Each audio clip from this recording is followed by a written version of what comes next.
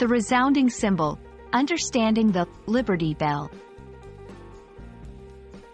Hello, everyone. Today, we're going to explore a significant symbol of American history and freedom, the Liberty Bell. If you're curious about what it is, why it's important, and how it became an iconic symbol, you're in the right place. Let's dive in and unravel the story behind this historic bell. The Liberty Bell is a historic bell that resides in Philadelphia, Pennsylvania. It's famous for its crack and the timeless inscription, "Proclaim liberty throughout all the land unto all the inhabitants thereof lev. 25 VX. This phrase has become a universal symbol of freedom. Originally cast in 1752 in London, England, the bell first cracked during its first test ring. After being recast by local founders, it took its place in the Pennsylvania State House.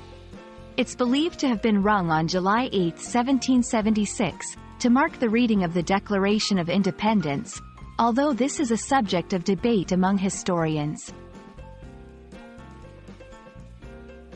The Liberty Bell has become a symbol of American independence and liberty. Its inscription, taken from the Bible, was meant to express religious freedom.